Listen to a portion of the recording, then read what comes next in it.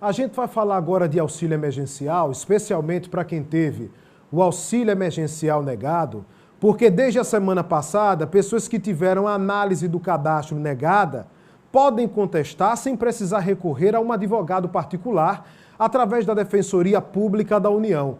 E sobre o assunto eu vou conversar agora com José Henrique Bezerra, que é chefe da Defensoria Pública da União no Recife. Boa tarde, muito obrigado pela cortesia e nos atender, viu, José Henrique? Boa tarde, Moab. Boa tarde a todos. Eu que agradeço a disponibilidade. Durante essa semana toda, na segunda-feira passada, foi que começou a parceria da Defensoria Pública da União com o Ministério da Cidadania. O que é que a Defensoria Pública tem visto de erro recorrente nessa negativa da análise do auxílio emergencial? Opa, Moab, veja só, a gente vem atuando já desde o início de quando foi implantada essa política do governo.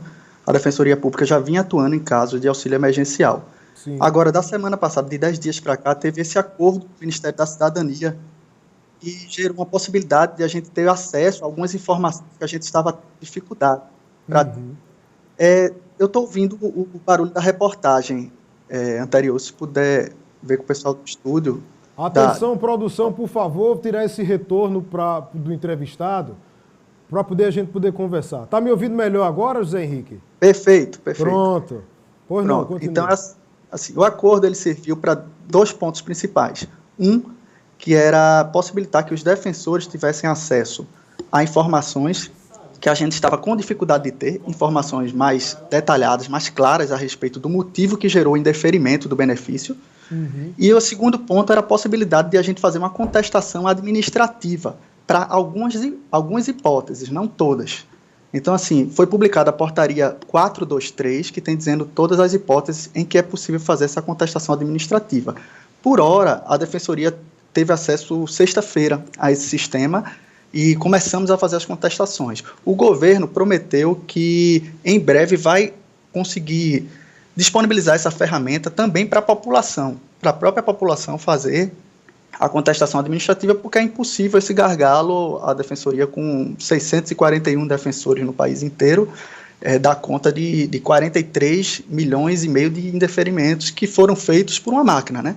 O indeferimento foi feito de forma automatizada por robôs pela Dataprev. E essa reanálise acerca da possibilidade de entrar com ação na justiça ou de fazer uma contestação administrativa, ela é feita caso a caso por um humano, por um defensor, né?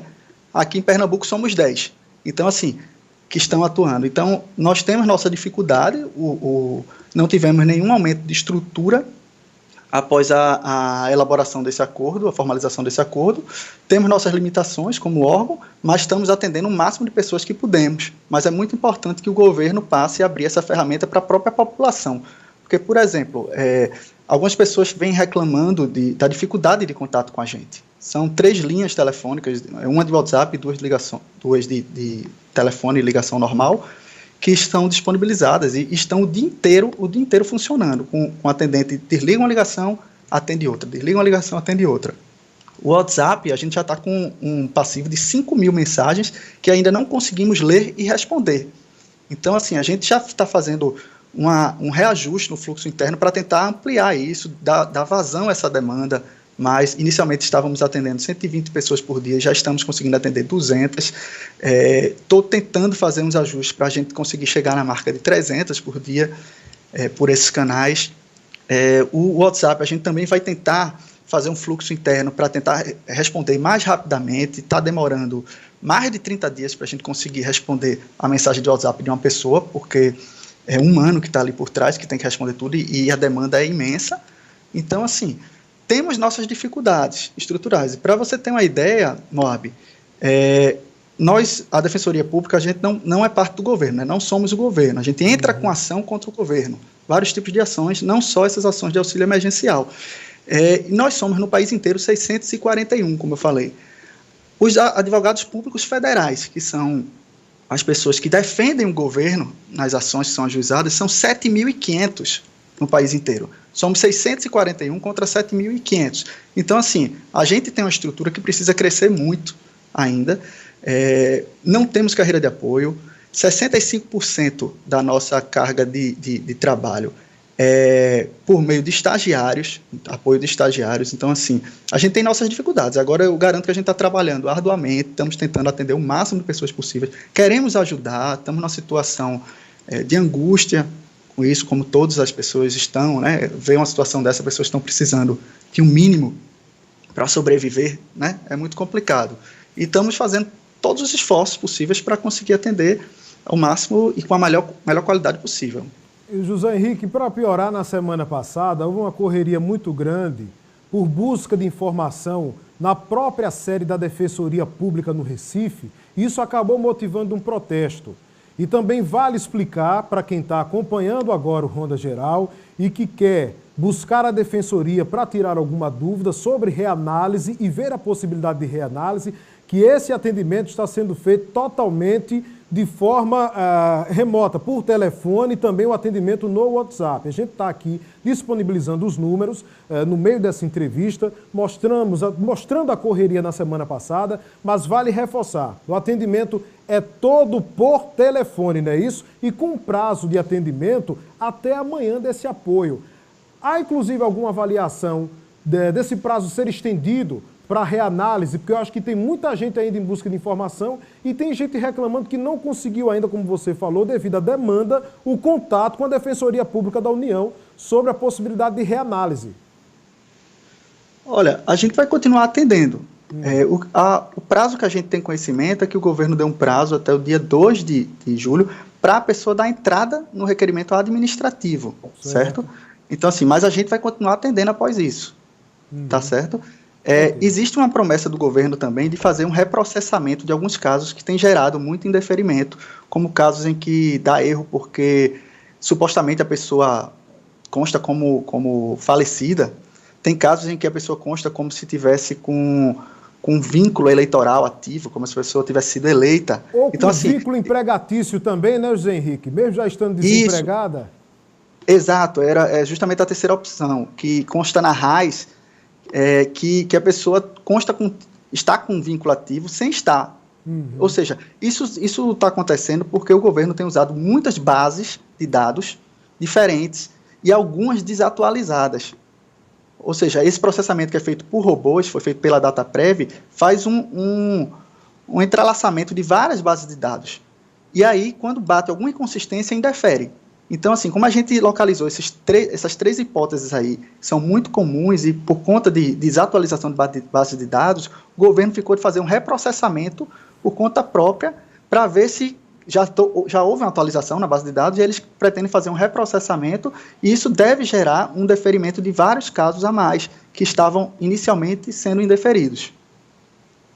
Esses números estão ativos também para quem está com problema na análise e quer solicitar a reanálise e avaliar qual foi a incompatibilidade da reanálise. Para quem está no interior do estado, por exemplo, a gente sabe que esses atendimentos pelos telefones que a gente está divulgando aqui da Defensoria Pública da União, esses números abrangem vários municípios no entorno da região metropolitana também. Mas para quem está no interior do estado, na região Agreste e na região do Sertão, também serve? A Defensoria Pública da União do Recife, a sede do Recife, que eu respondo por ela como chefe dessa sede, ela atende os municípios que são atendidos pela Justiça Federal de Recife e de Jaboatão dos Guararapes, que são os órgãos da Justiça Federal que a gente atua. Então, engloba cerca de 30 municípios. Região metropolitana, o Grande Recife, Jaboatão, Paulista, Olinda, o Grande Recife, que a gente chama, e mais alguns municípios próximos. Eu tenho uma lista aqui, não sei se seria o caso de ler, talvez eu possa passar depois para vocês divulgarem, são 30 municípios. Então, assim, a gente só pode atender as pessoas que são residentes nesses municípios. Agora, existe sede da Defensoria Pública da União em Caruaru e existe sede da Defensoria Pública da União em Petrolina. A de Caruaru tem a mesma coisa, atua na Justiça Federal de Caruaru e atende as pessoas que são atendidas pela Justiça Federal de Caruaru. E a de Petrolina, idem, em relação à Justiça Federal de Petrolina. Então, eles têm também um número limitado de municípios que eles atendem. Se a pessoa não reside em nenhum desses municípios onde a Defensoria pode atuar, essa pessoa pode procurar diretamente a Justiça Federal, que responde por aquele município, e tentar entrar com pedido de atermação. Esse termo significa que a pessoa pode procurar o Juizado Especial Federal e dar entrada diretamente na demanda, sem necessidade de advogado de defensor público. Ela procura virtualmente, tá? Assim como a Defensoria, a Justiça vem trabalhando também de forma remota, porque para evitar aglomeração de pessoas.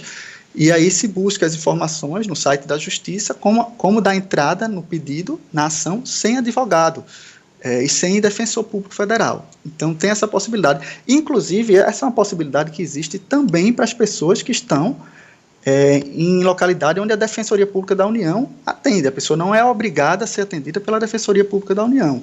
Ela pode optar por entrar diretamente na Justiça, também por meio de atermação. Então, assim, a gente tem que deixar claro que há alternativas, certo? Mas quem quiser ter nosso apoio, nosso auxílio, nós estamos trabalhando arduamente para conseguir atender o máximo possível.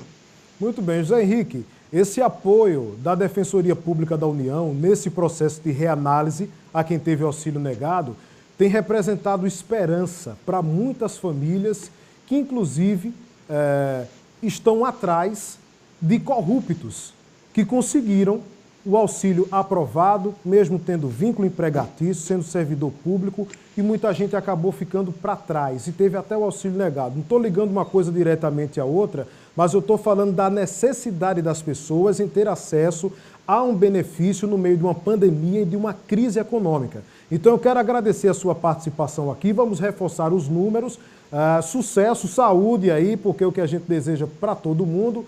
E qualquer coisa pode contar com a gente mais uma vez para esclarecer a população sobre quem teve auxílio negado e a possibilidade de reanálise. Muito obrigado, viu?